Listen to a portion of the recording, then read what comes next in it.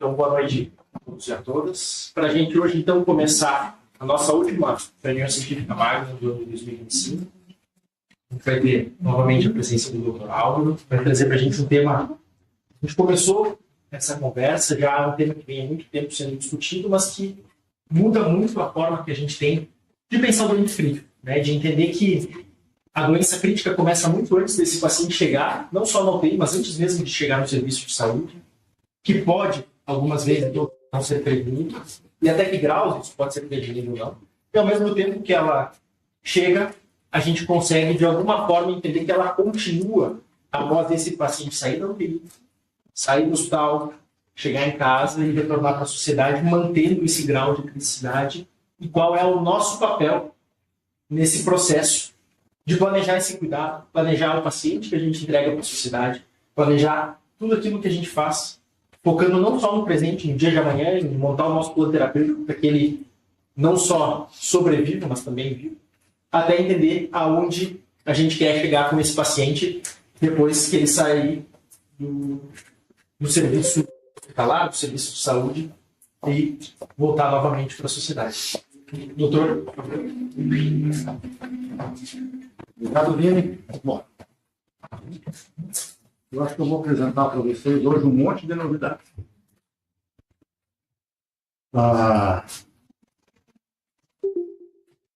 E gosto sempre de dizer que essa reunião ela existe desde março de 1985. Ela tem mais de 40 anos. 50 anos. Mais de 50 anos. Ela começou no quarto andar do anexo B do Hospital de Clínica. E ela nunca mais deixou de ser feita uma vez por semana. Sempre que a pandemia mudou tudo e a gente começou a fazer a partir a cada 2 semanas. Mas tem um contínuo. Hoje é a última reunião do mês. E, obviamente, estou feliz de ter quase todos vocês aqui. Eu vou falar um pouco sobre a linha de cuidado do paciente crítico, mas aquilo que a gente e aquilo que a gente está se propondo a fazer de uma forma colaborativa, que nós vamos precisar da ajuda de todos vocês. Um desafio enorme nesse momento novo que nós, de alguma forma, estamos inaugurando aqui no CPET, com algumas adições do nosso banco de dados. Acho que ficou claro aí nas últimas apresentações, muitos de vocês acompanharam o decreto. A doença crítica é uma sequência dinâmica de eventos interligados. Né? Ela não começa nem termina nas portas da unidade de terapia intensiva. Envolve fase de deterioração, disfunção orgânica, recuperação, nova deterioração, esse tempo vai e volta, muito frequentemente, às vezes sem sair da UTI, às vezes ele sai, ele volta antes de receber alta do hospital, ou recebe alta do hospital e volta precocemente posteriormente. E também vimos que o cuidado deve ser contínuo, acompanhando toda a jornada do doente. Eu gosto dessa história. Essa história nasceu com esses 3 chamados pais, agora falei isso uma vez aqui para vocês, né? Em 1968, tem muito uma data de quando é que nasceu a medicina intensiva. Talvez ela tenha nascido em 1952, naquela primeira UTI em Copenhague, quando se começou a fazer ventilação por pressão positiva com um grupo de estudantes usando doentes. Eu também contei para vocês que quando eu era interno do nosso Choque das Graças, né, em 1978, 79, eu passava várias noites, chegava lá no terror, que perguntava assim, daí tem um doente que está entubado, aí tem, o doutor já disse que tem que ir lá. E a gente daí fazia, cada 2 horas, uma troca. Éramos 3 internos, ficavam usando o doente. Não tinha ventilador. Para as graças, na década de 70, não tinha unidade de terapia intensiva. E era o que a gente tinha para poder, naquele momento, para poder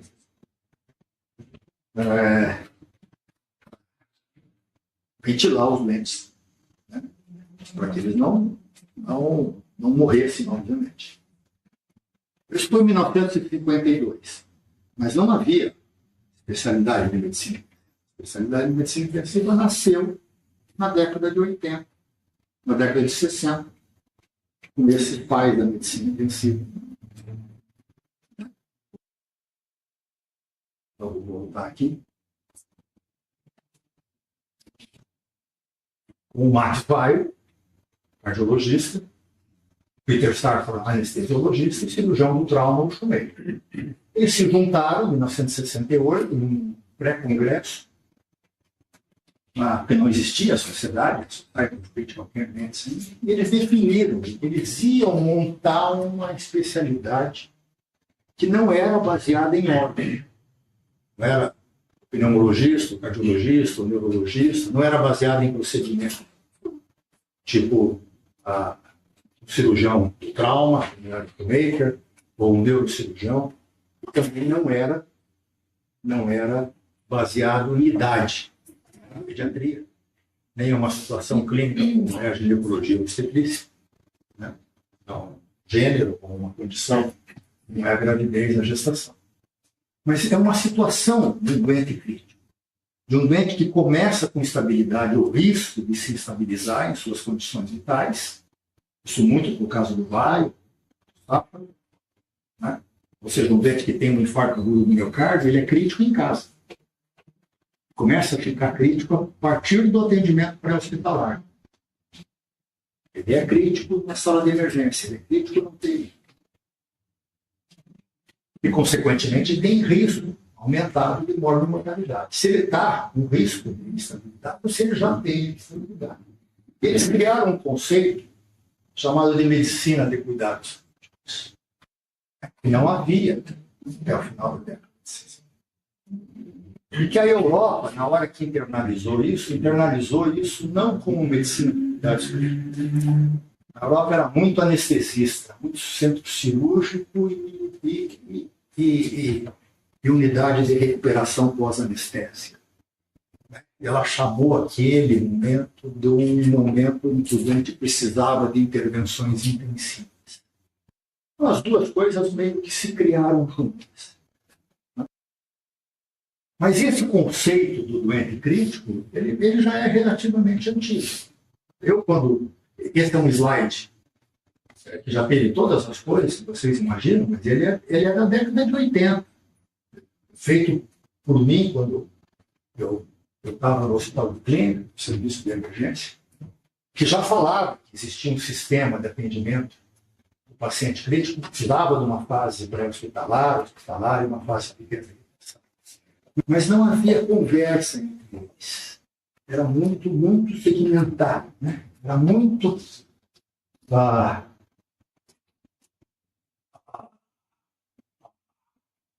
Esse artigo conta um pouquinho das histórias dos hospitais, e os hospitais foram formados, e os hospitais são formados ainda hoje com o visto de silos, né? Como se cada uma unidade, cada andar, cada setor do hospital tivesse um feudo, tivesse um dono. E você transfere o doente para um outro dono.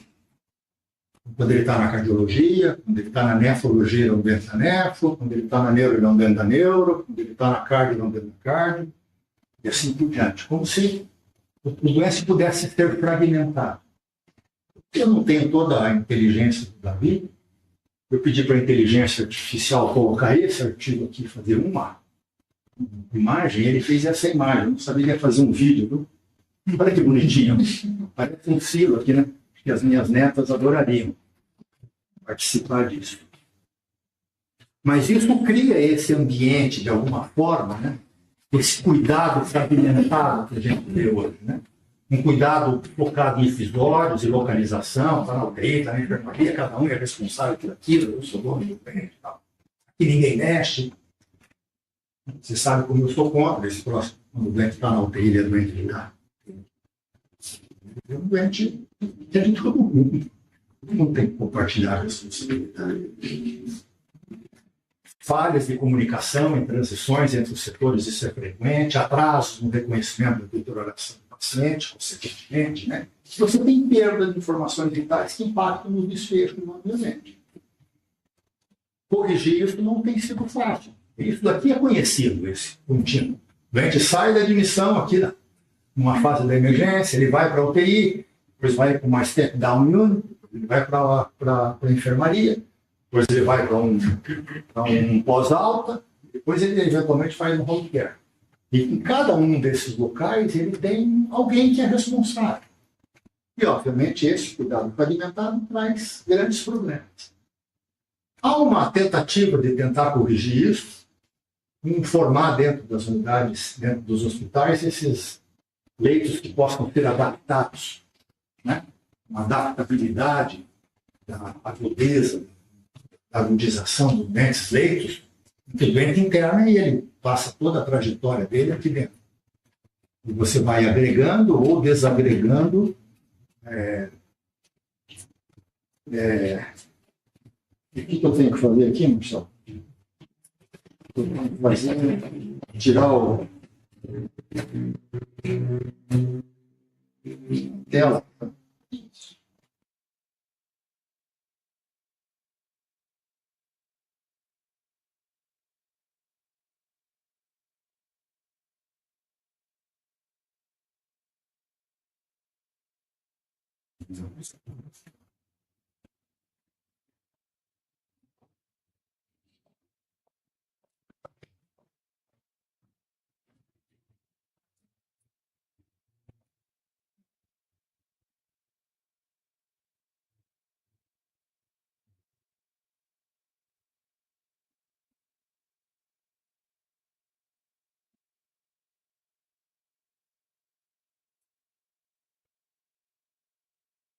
Criar leitos que possam ser adaptados para poder fazer o doente internar uma vez só e ficar toda a sua trajetória durante o internamento.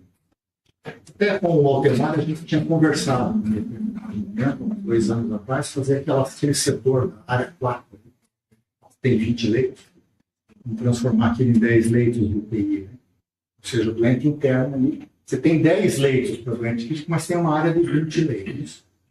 O doente interna antes da cirurgia, ele vai para a cirurgia, ele volta ali, no primeiro, segundo dia você empacota uma monitorização, uma enfermagem mais densa, depois do segundo dia você tira a enfermagem, tira a monitorização e passa a monitorização para outros leitos, mas ele continua no mesmo local, com a mesma sequência de atendimento.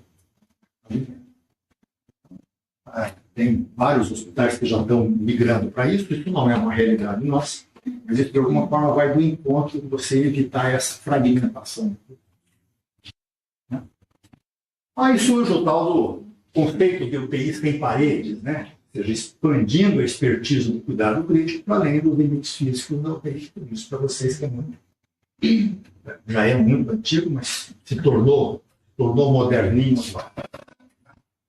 Num modelo bidirecional de cuidados, com portas abertas para a colaboração. Né? Cada vez mais pessoas que têm responsabilidades diretas com o doente, mas com colaboração de todos, as outras expertises, de todos os outros especialistas, multiprofissional, multidimensional. Tem envolvimento da equipe da UTI desde o início da deterioração até a recuperação e focos no desfecho que realmente importam para o paciente e para a sua família. Isso para poder tentar, de alguma forma, corrigir a cascata do cuidado. Né?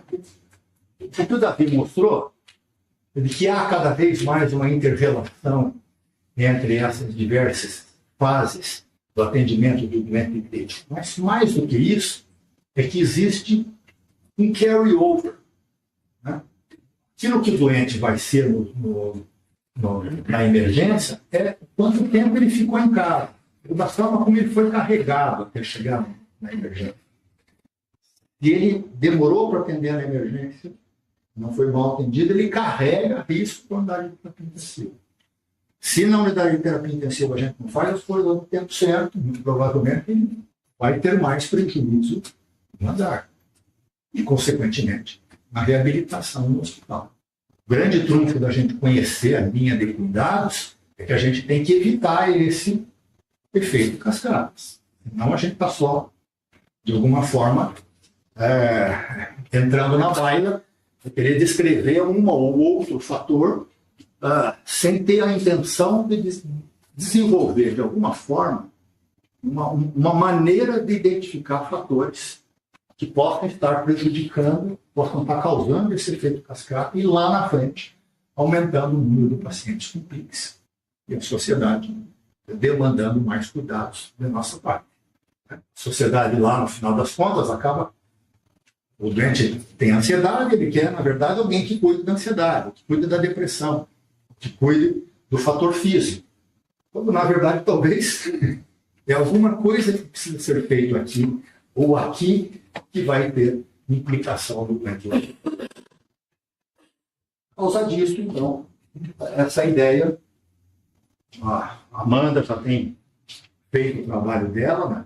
Linha de cuidado do doente crítico, principalmente da UTI com pós-unidade intensiva. Depois o Bruno veio com algumas ideias de fazer neuroestimulação e avaliar isso com pós-unidade intensiva. A Júlia também tinha a mesma ideia de avaliar quais seriam as consequências da limitação do suporte terapêutico, o que aconteceria com os doentes posteriormente. E aí, de repente, a gente estava com um monte de pequenos ou bons trabalhos, mas que precisavam de uma estrutura no nosso banco de dados, uma estrutura no nosso sistema de poder coletar dados que pudesse dar uma estrutura para todos esses trabalhos.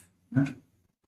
Quando, de repente, a Verônica apresentou o trabalho dela, e aí a gente meio que, me senti meio que vulnerável naquela.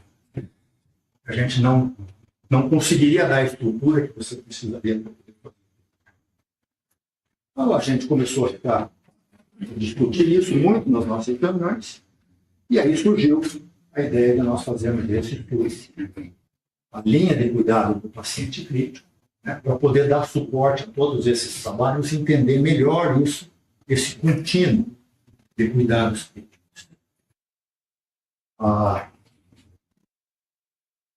Fazendo um estudo, uma cor de perspectiva multidimensional. Essa ideia do multidimensional até veio da Jane, da Júlia, depois da Isa,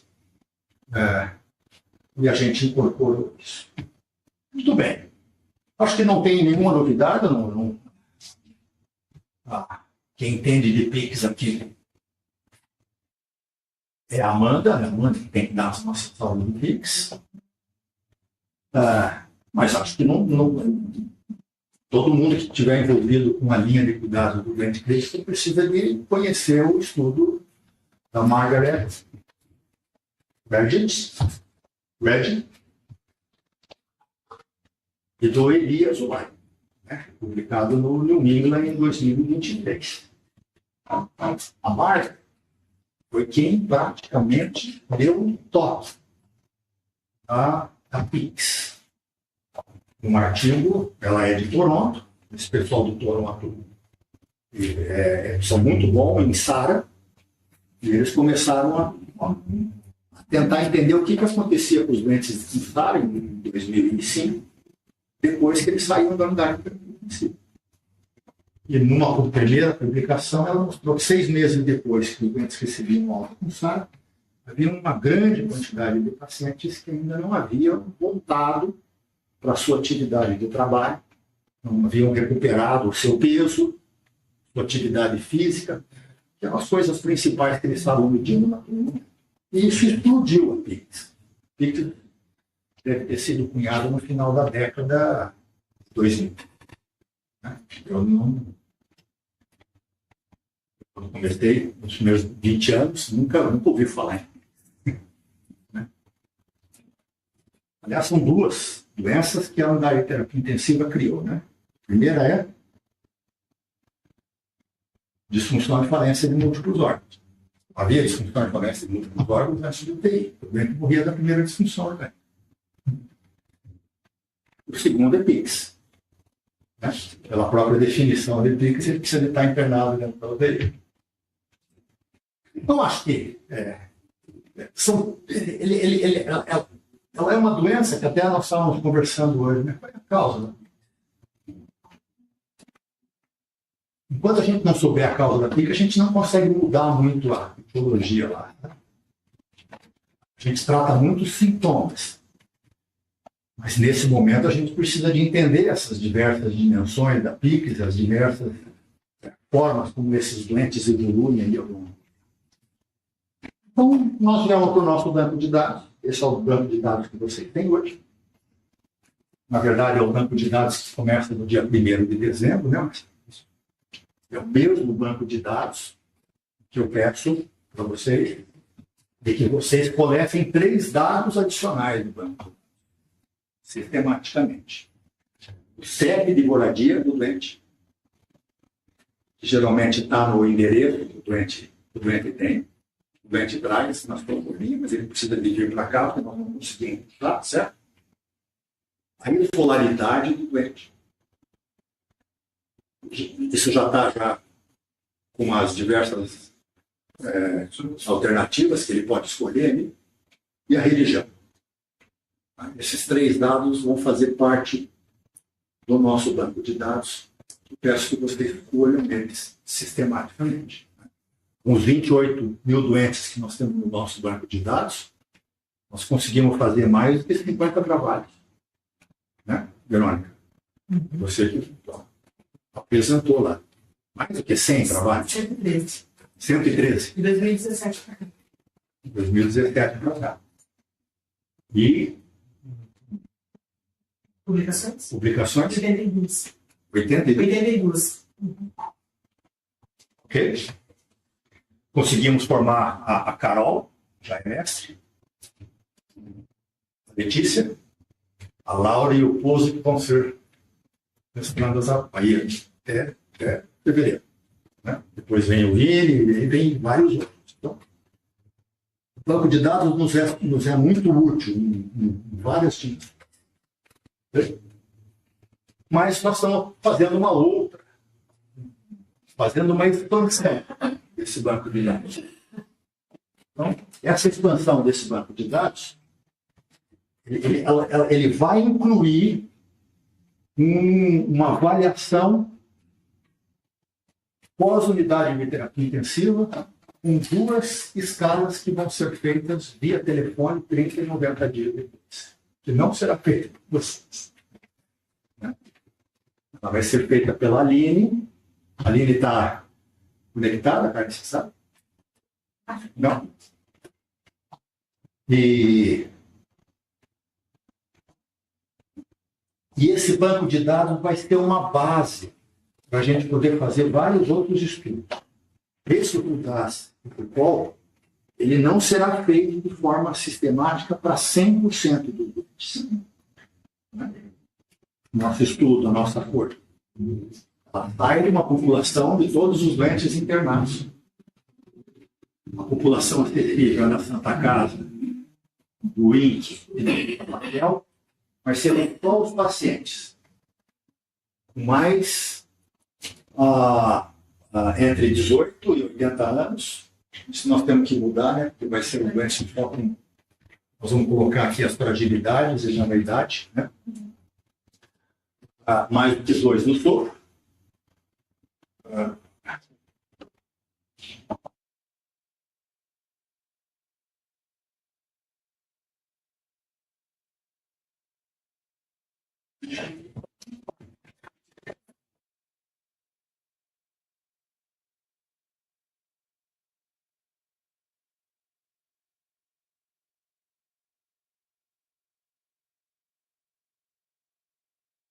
Mais do que 72 horas no internamento. Então, os doentes, nós vamos acompanhar os doentes com 30 e 90 dias, só daqueles que tiverem pelo menos 72 horas no internamento.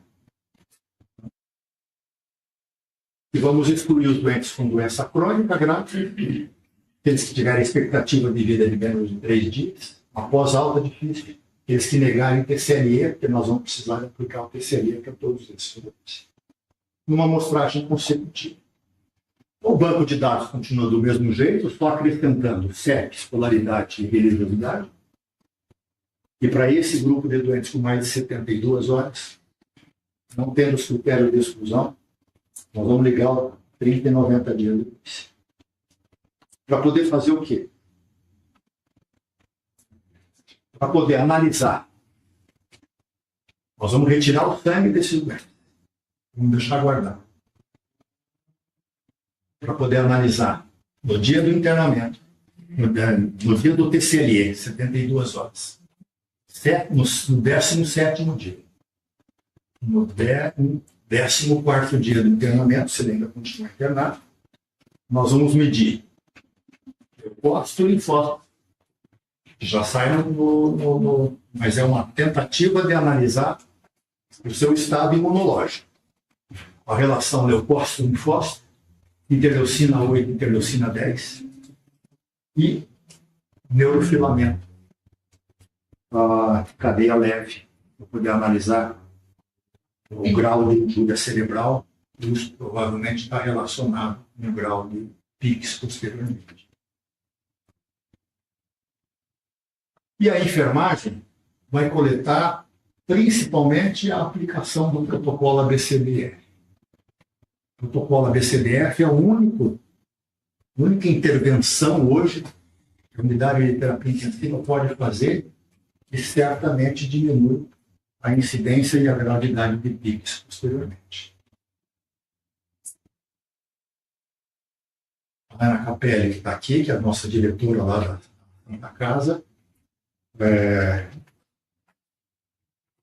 vai desenvolver isso em todos os leitos da Santa Casa, né, fazendo o NAS, fazendo o protocolo ABCDE, no qual está incluído o CAN-ICU. Uma dificuldade enorme, mas acho que isso vai ser um pano de fundo ótimo para o trabalho, que vai possibilitar que outros estudos possam ser comparados em cima dessa base, a gente conhecendo dentro das UTIs a intensidade da aplicação do protocolo ABCDE. A Verônica vai estudar o PIX Family.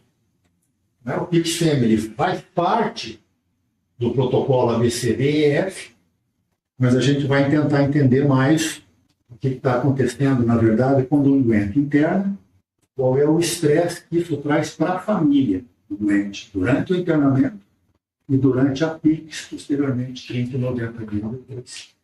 E se a participação da família, o estresse da família, colabora positivamente ou negativamente para o desenvolvimento da PIX.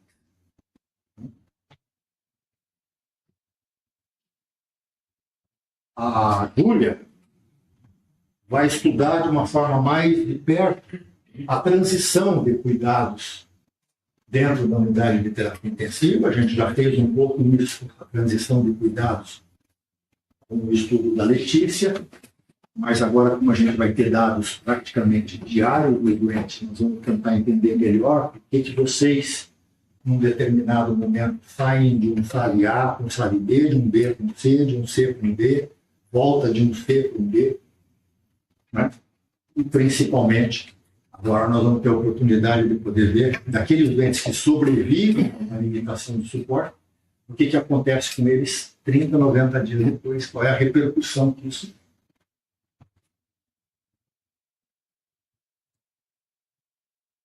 Karen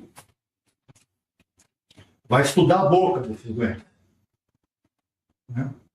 A gente ainda não tem uma amostra definida, mas a Karen vai. Quem que vai te ajudar? Kathleen, ela está aqui? Disse que viria, não? Não pode vir? Kathleen vai ajudar. Eles vão fazer uma avaliação clínica da boca do doente quando interno. Alguma coisa como em 3 momentos posteriormente, né? Talvez no 3º dia, talvez ao redor da alta da unidade de terapia intensiva e 30 dias depois, para poder ver como é que essa boca se recupera posteriormente. E vai comparar o método clínico de avaliar isso com o método de tirar fotografia. São 8 incidências, 9? Alguma coisa assim. E se isso der certo, se isso tiver uma correspondência, nós vamos estar dizendo de que é possível qualquer um, em qualquer lugar, tirar foto da boca do doente, com 8 incidências, mandar para um dentista e ele vai te dizer qual é a saúde bucal que tem que ser feita.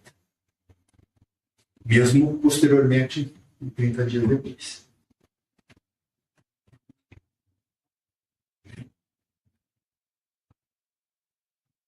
Nós ainda precisamos de alguém que faça a saúde física. Ainda não encontramos alguém da fisioterapia que possa identificar, que possa fazer isso para toda a população do paciente. Mas a ideia, embora isso esteja de alguma forma englobado, alguns dos seus aspectos, talvez, no protocolo ABCDF e no rodagem do protocolo, por esse modo, alguma coisa disso já está sendo medido na escala, né? A gente não vai estar completamente a pé sem isso. Seria ótimo que a gente tivesse também alguém da fisioterapia que pudesse abordar esses aspectos. E a Carol e a Fernanda, da Santa Casa, vão avaliar a saúde mental dos doentes, né, através da aplicação de escalas, né? Vão também ajudar no CAN-ICU, né, o pessoal da enfermagem. Nós vamos tentar entender também aí o uso de analgésicos, de sedativos, né, que a gente hoje é um buraco, que a gente não sabe exatamente como é que a gente usa sedativo, quantos dias, quais sedativos são mais usados. Isso vai estar dentro dessa tarefa ainda do pessoal da psicologia. E vão avaliar isso através de escalas diárias, né, junto com o RAS, junto com os sedativos, e tentar entender isso também no último dia da alta da UTI, com 30 e 90 dias depois, com as entrevistas por telefone.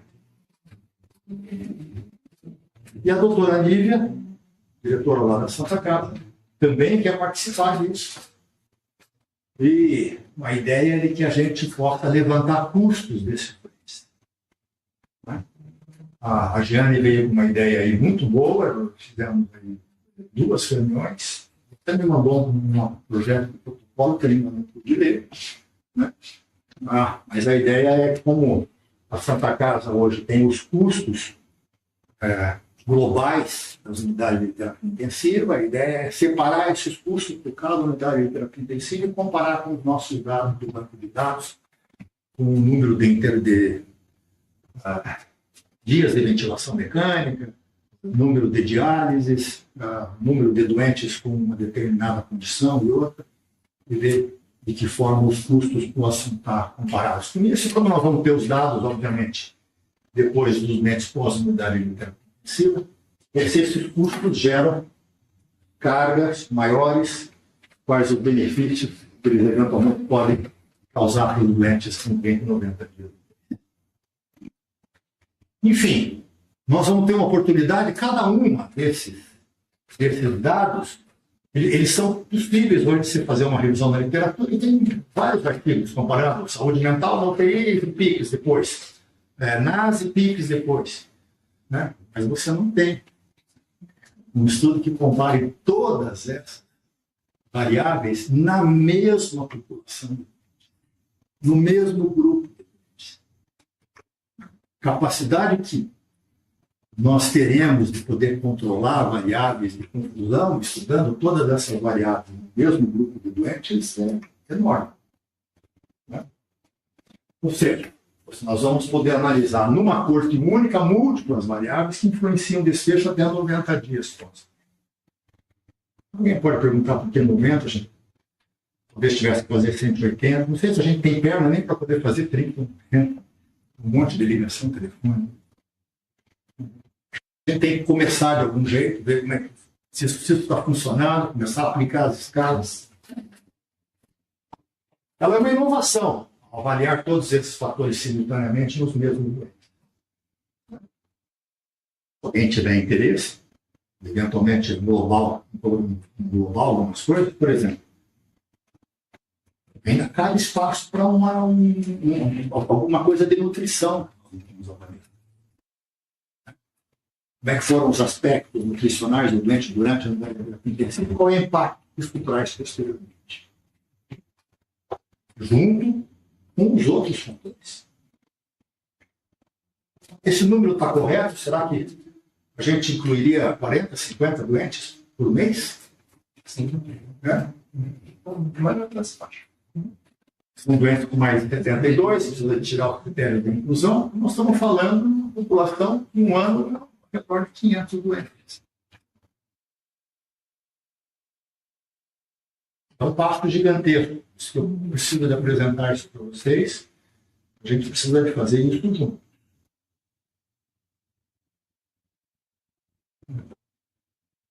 Eu gostei que na primeira reunião vocês acharam que isso era importante.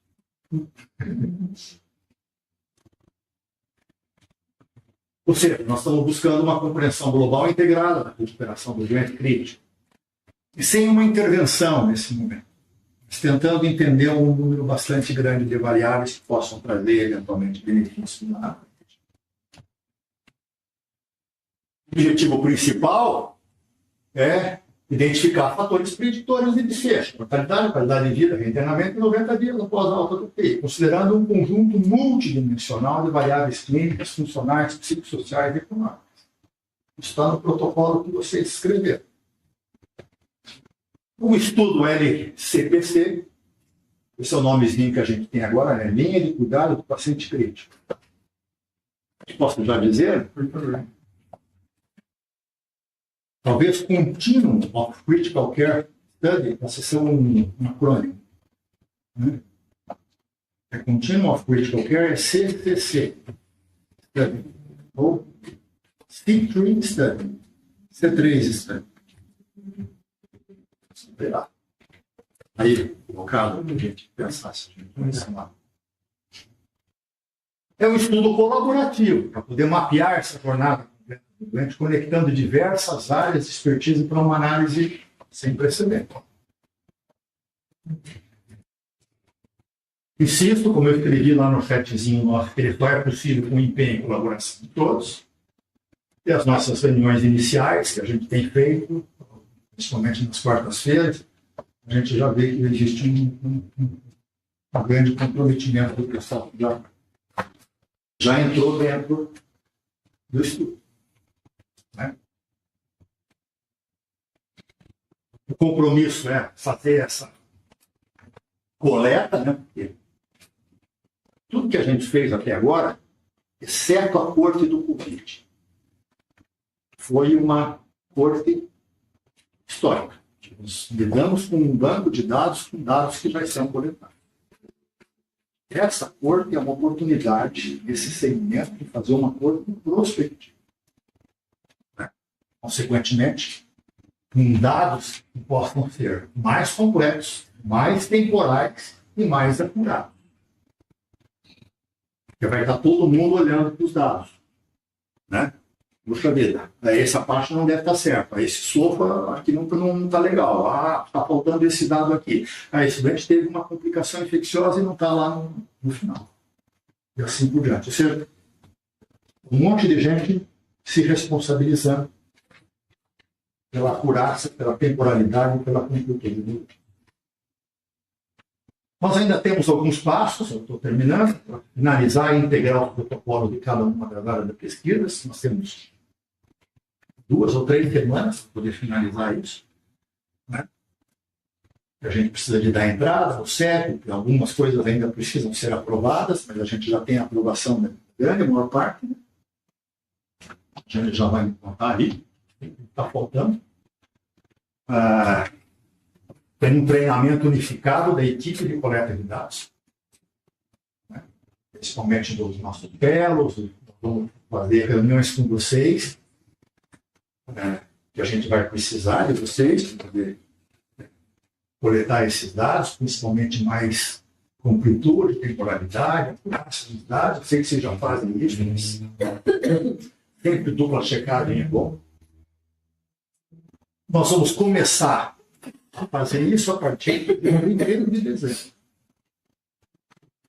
E a gente precisa, no dia 31 de janeiro, já ter dados bastante bem coletados, e tem muitos desses que vão tentar o seu processo seletivo para entrar no mestrado da Federal, do dia 2 ao dia 6 de fevereiro de 2026. Nessa primeira semana de fevereiro, eles já precisam demonstrar no processo seletivo de que eles têm bala na agulha. E isso vai ser Já tem bastante doente espoletário, essa corte já está em curso. No mês de janeiro, nós já ligamos para várias pessoas, a gente já começou a fazer o protocolo e eles já estão prontos para poder aplicar suas escalas, se já não aplicaram em alguns doentes, lá em fevereiro. Okay? A gente precisa disso para poder se tornar maior. Né? Isso é um mote. Preciso de vocês.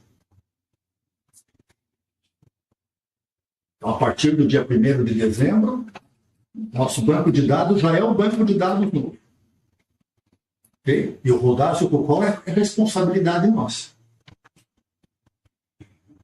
Nós vamos fazer um estabelecimento aqui interno de reuniões periódicas de acompanhamento disso. Vamos estar de olho, a gente está.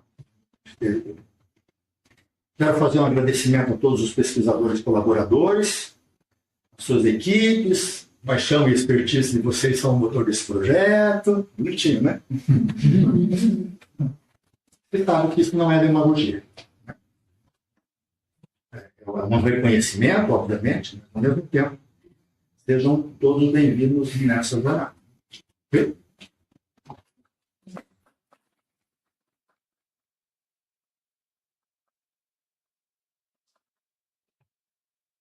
Eu queria que cada um que está aqui pudesse falar um pouquinho do seu momento, e antes de nós irmos embora, nós temos.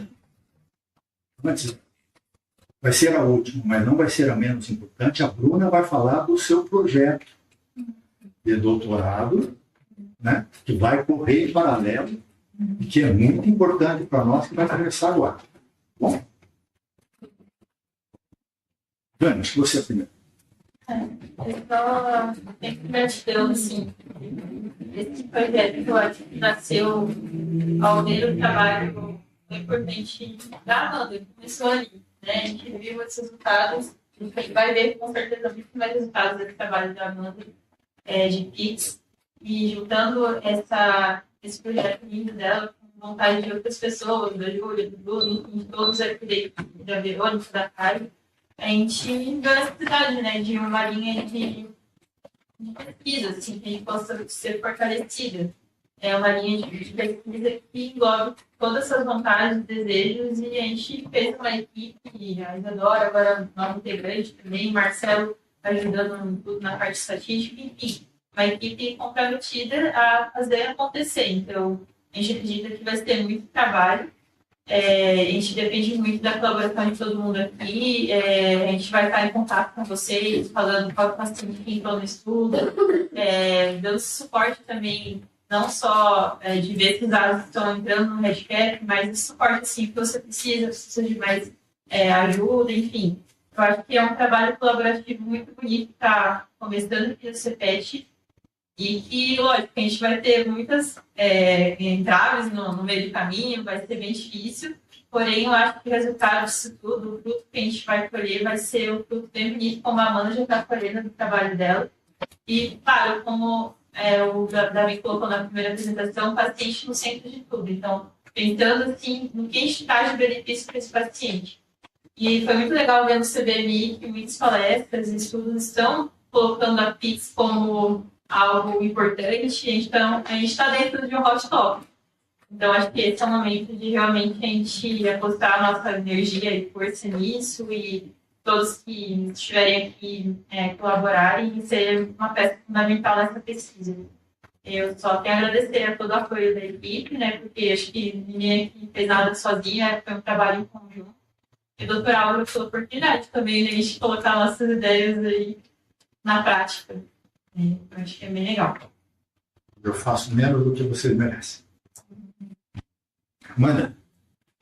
Bom, doutor, projeto é uma paixão, né? Então, eu acho que assim como a PIX, ela é multidimensional, ela tem vários domínios, a gente percebe que a gente está entrando nessa linha de pesquisa.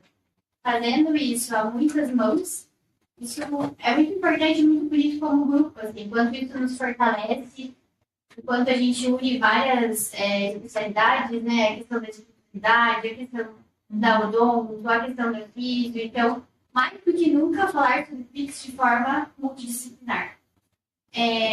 Eu acho que isso com certeza vai colocar o CEPET e a pesquisa no novo patamar.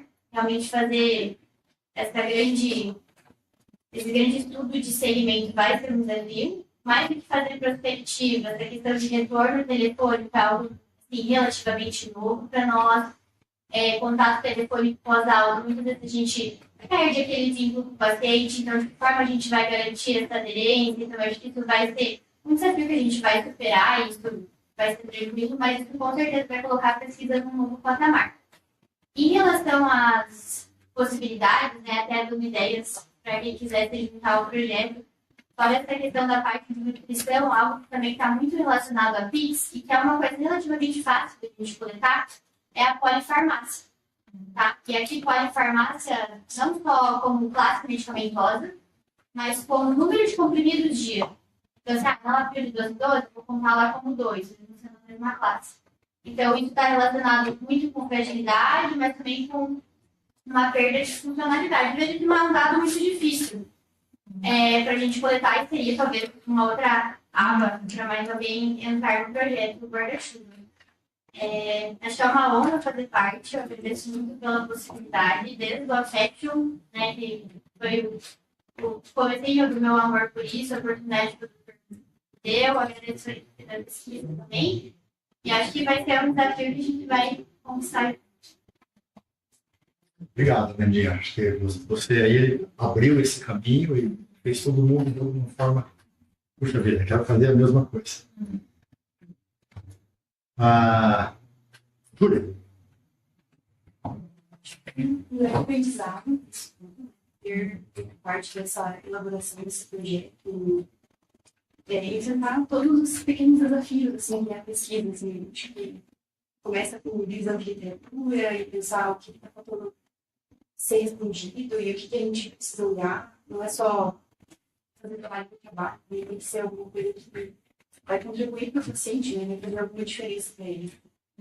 E uma das coisas que tem que permitir a gente é isso, assim, né? Quando as pessoas caem na UTI e a gente não vê elas depois, elas acabam voltando readmitidas em status horrorosos, assim. E como a gente não está dando atenção para isso.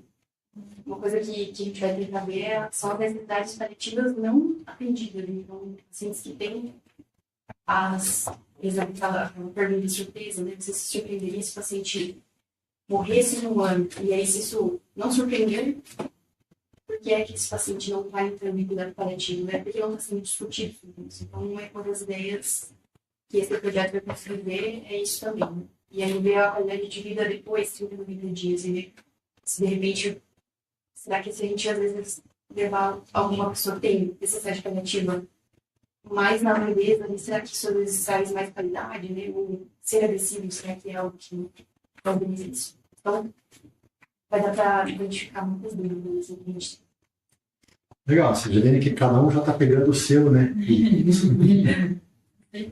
Muito legal. Quem tem discutido isso mais aqui é a Jane, a Amanda, a Júlia e o Marcelo. Bom, na verdade, O Marcelo tem sido fundamental nesse trabalho todo. Todo mundo tem o seu problema. bom, acho que eu tenho que começar, eu acho que talvez pedindo um pouco de desculpas para todos vocês já inicialmente, porque eu vou ser mais chato do que eu já sou com o banco de dados. Acho que vocês entenderam um bom motivo agora, né? Mas vou ter que ser um pouco mais chato nisso. Mas, principalmente, eu acho que isso tudo aqui foi importante para vocês verem o quanto esse banco de dados é importante, né? Geralmente vocês têm essa noção quando vocês chegam no L3 ali com a gente, mas agora está sendo apresentado para todos vocês, né? Então, essa importância e o que a gente faz com tudo isso, né? Então, agradecer a pesquisa, agradecer o doutor, agradecer todo mundo desse projeto, é um projeto inovador, vai dar trabalho, mas é um trabalho prazeroso. Um trabalho no qual a gente gera frutos, é um trabalho no qual a gente vai mostrar muita coisa diferente, a gente espera, e a gente conta, obviamente, com todos vocês para isso. Todos vocês mesmo, porque nada disso se faz sozinho, e quem está lá na frente são vocês. Então, te agradeço muito vocês, e eu vou ser mais chato ainda, tá, pessoal?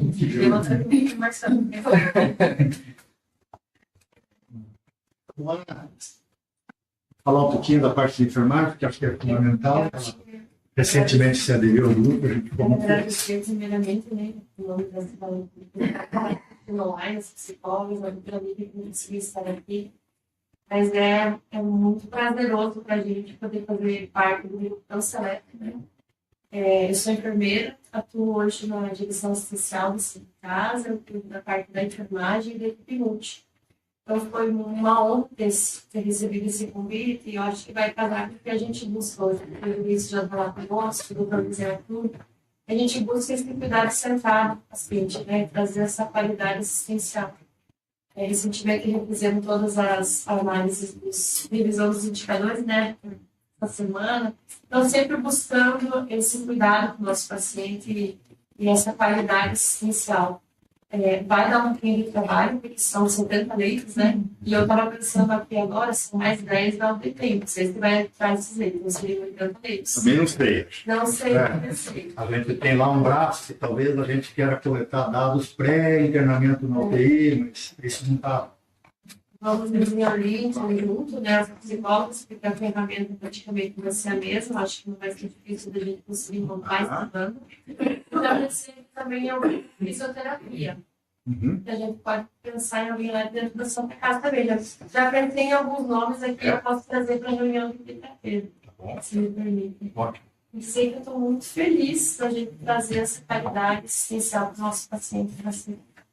Obrigada pelo convite. Obrigado a você também. Vocês também. Vocês têm dado todo o apoio para nós. Obrigado. Eu consegui uma coisa, daqui com a missão de conseguir com a nossa TI, o paciente acima de 72 horas. Então, eu já consegui com eles o relatório. Para poder sair hoje no TASI e nos avisar. Consegui. Saem correndo. Já que tem um relatório que a gente não tinha, né? Então, eles conseguiram construir para mim ontem já um avanço. Você consegue alinhar isso, Verônica, lá, né? Como é que a gente pode ir? O Marcelo também, depois. Como é que a gente faz essa ligação? Muito bem. Quem mais que está envolvido aqui com o protocolo? É Verônica e a Karen.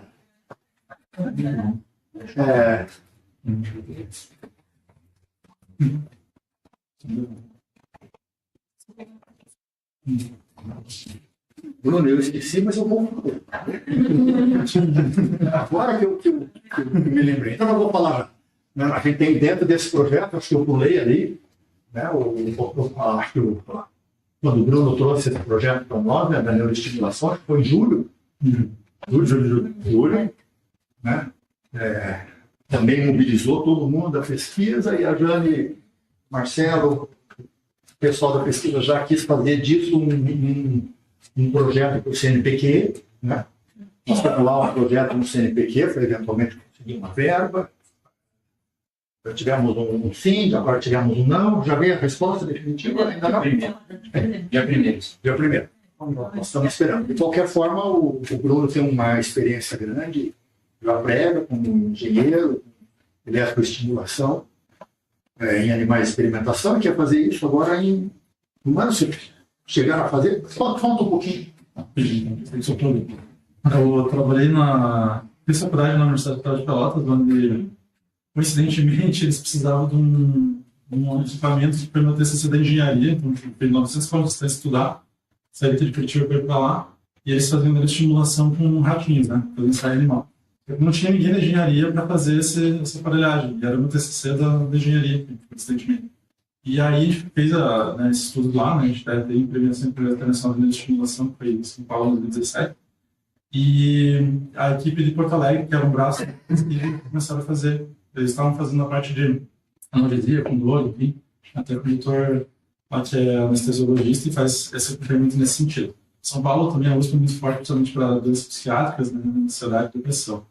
E a Europa e os Estados Unidos usam muito isso para esse tipo de situação, e dentro da PIX a gente pensa justamente nas questões de saúde mental que a gente poderia fazer. Então a gente trouxe, era uma ideia que a gente já tinha comentado, até eu poderia brincar com um comentário que comentei da história, e a gente falou, mas por que não em PIX então, né?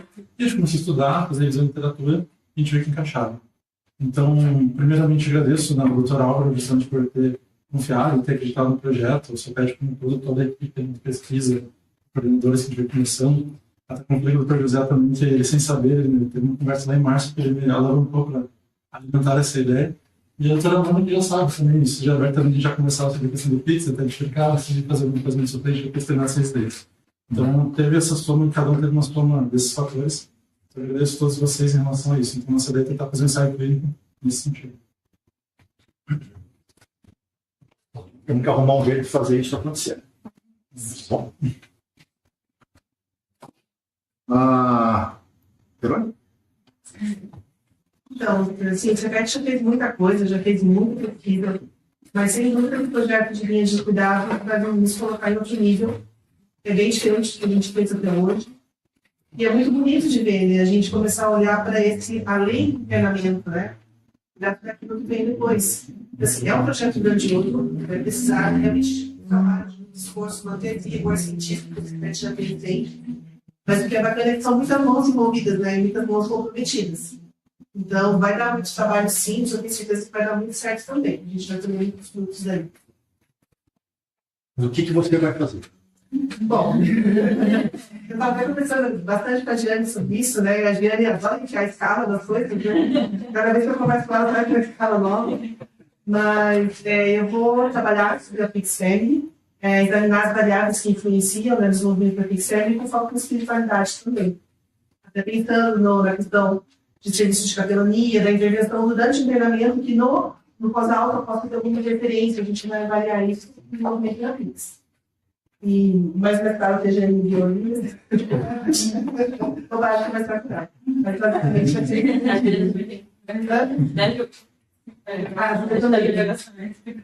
Mas é nesse sentido mesmo, ouvir a referência e os fatores que influenciam nesse desenvolvimento. E Karen? Eu acho que esse trabalho ele tem muito a ver, acho que com toda a história do CEPET. Eu sempre ouvi que era algo sempre foi uma preocupação de envolver a parte multidisciplinar, não só o médico dentro da UTI, né? E depois que eu me formei, eu sempre pensei em fazer alguma coisa, mas nunca achei que daria certo e eu poderia fazer alguma coisa assim dentro da UTI. A odontologia ela é muito carente em relação a bons trabalhos publicados dentro de hospitais, dentro de a gente sentiu essa dificuldade até para conseguir achar bons artigos e bons trabalhos para poder utilizar como bibliografia. E ter a oportunidade de fazer alguma coisa relacionada à saúde geral do paciente, que a gente sabe que acaba não sendo uma prioridade dentro da UTI, dentro dos hospitais, e eu entendo muito por que ela não é uma prioridade, né? Porque tem tantas outras prioridades. Né? E, para mim, é gratificante poder estar fazendo alguma coisa além do só administrativo dentro do CEPET também. Poder colaborar de alguma forma. Porque eu acho que o conhecimento multidisciplinar, ele aumenta uma capacidade de qualidade e está dentro daquilo que o CEPET sempre colocou mesmo, que o Davi também comentou, né? Tendo o paciente como centro. E o paciente, ele é inteiro. A gente sempre fala, né? Na odontologia a gente fala, né? Que a boca faz parte do paciente também, né? Por mais que ela não seja olhada com frequência, mas ela acaba fazendo parte do paciente também. Então, tendo o paciente como centro, a vontade de sempre ter um trabalho multidisciplinar dentro da UTI e eu poder fazer parte disso é gratificante, sim, de uma forma que a gente não consegue nem... que eu não consigo explicar, assim, né? Então... Tá dentro. Legal. Tem uma história aqui dentro também, é sempre num outro setor, agora vai ter dentro da unidade também. Sempre do lado de fora, só dando palpite do lado de dentro. Alguém quer fazer mais algum comentário sobre o Pix? Eu tenho esquecido, José e Laura. Tudo bem? Vai dar certo? Vai. O Marcelo que vai ficar doido com tantos dados. José, o que você está antevendo de dificuldade? Até troquei mensagem para porque inclusive grande o projeto. Enorme.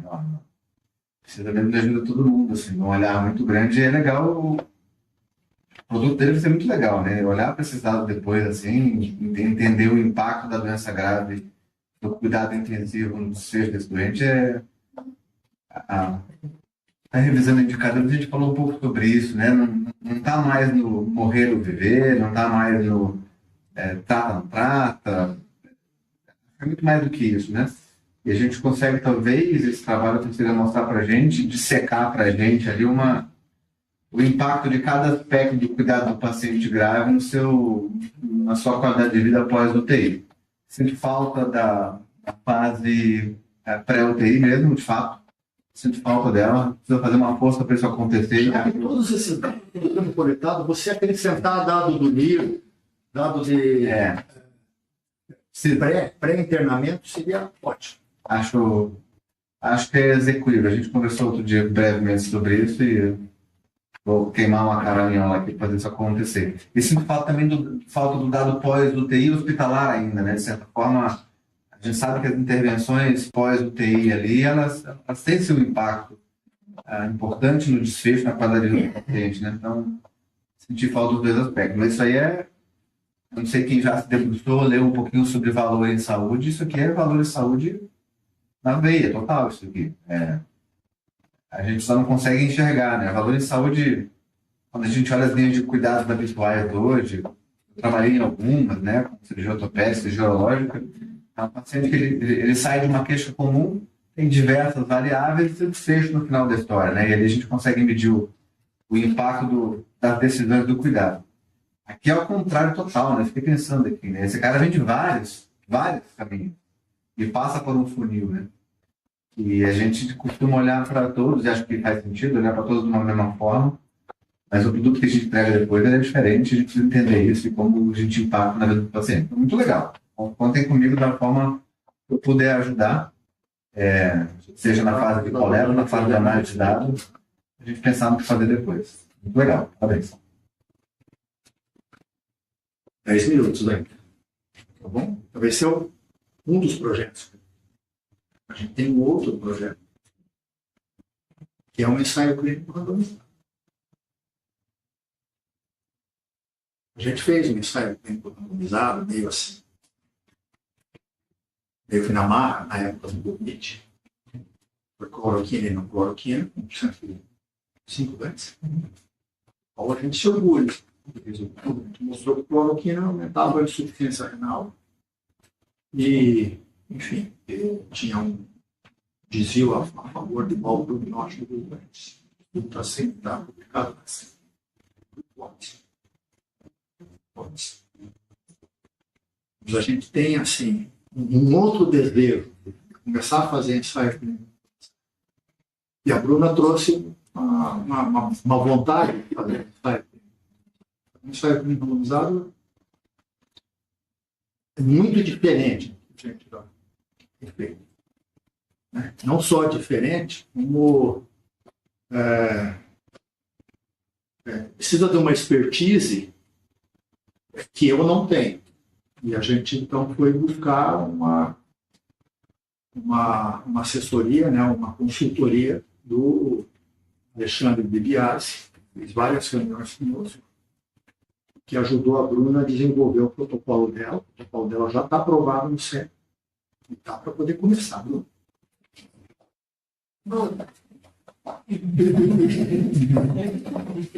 Aqui em cima você tem mais tempo. Não, né? Bom, então assim, gente, eu não preparei uma apresentação porque eu não sabia o que ia falar aqui, mas enfim, vou ferver. Mas aqui é a última reunião, acho que... Então, como o Dr. Álvaro falou, esse trabalho vai totalmente do lado oposto, é outro braço da pesquisa que a gente está desenvolvendo agora. É um trabalho bem singelo, tá? Então, é um estudo piloto de um ensaio clínico randomizado para a gente ver se a gente consegue fazer isso dentro dos hospitais que a gente tem esse apoio agora, que a gente tem os pacientes. Então, o objetivo do estudo que eu vou desenvolver, que é o foco principal da minha vida profissional agora, esse ensaio clínico, é em 50 pacientes ao longo do próximo ano. Quem vai me ajudar nisso são as meninas, a Giovana, a Raquel e a Duda, que lá na Santa Casa, e esse foco é num estudo totalmente fisiológico, assim, que é outra abordagem. Então, se a gente vê os grandes ensaios clínicos, os ensaios clínicos relevantes que a gente tem ultimamente, o último mais relevante que foi publicado, que eu acho que todo mundo viu, foi o Andrômeda Shot, são estudos com 2.000 pessoas, né? Então, o objetivo desse nosso ensaio clínico não é encontrar algum resultado que seja absolutamente relevante, que possa mudar a prática clínica. mas que posso trazer algumas sugestões do que a gente pode fazer de melhor dentro da UTI, tá? Então, esse estudo é com pacientes sépticos. O nosso objetivo é avaliar se o azul de metileno usado de uma forma precoce, ele pode mudar o desfecho perfusional desse paciente. Então, como assim? A gente tem vários estudos mostrando que o azul de metileno ele é uma droga poupadora de noradrenalina, principalmente. Então, a gente utiliza quando o paciente já está no choque refratário, geralmente, né? Quando a gente não tem como aumentar a droga, enfim. E o objetivo desse estudo é olhar para a fisiologia do azul de metileno, olhar para a inibição lá do óxido e avaliar se utilizar ele de uma forma precoce no choque séptico consegue melhorar a perfusão desses pacientes. Já que o objetivo principal do tratamento do choque é melhorar a perfusão e não aumentar a pressão e tirar a nora, né? Então, o nosso ensaio clínico vai ter isso, utilizar azul de metileno nas primeiras 6 horas do choque. Vocês vão me ver bastante lá na Santa Casa, provavelmente todos os dias, fazendo a triagem desses pacientes e fazendo o ensaio clínico. Acho que é isso, assim, o que eu vou precisar da ajuda de vocês é para a gente criar esses pacientes, para fazer o estudo, a gente mesmo que vai aplicar o azul de metileno, a gente mesmo que vai avaliar o tempo de enchimento capilar, a gente vai fazer igualzinho no Bramida-choque, com a lamínula de vidro. E acho que é isso. Bom, vamos ver se a gente consegue.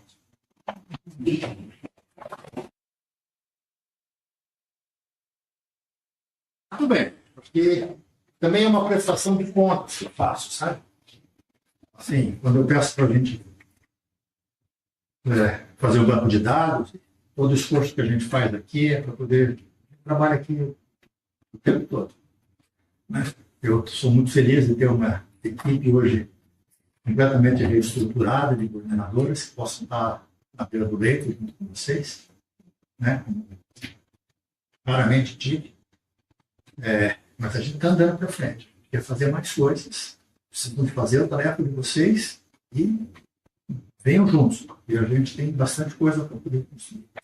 Tudo aquilo que vocês estão fazendo é bom. Nós estamos fazendo mais. Tá bom? Então, que a gente volte em março, agora, nas nossas reuniões. Quando que é o nosso jantar? 9 de dezembro. Todos estarão convidados e nós vamos jantar juntos. Tá certo? 9 de dezembro, 8 horas, no Graciosa. Vamos lá. Obrigado.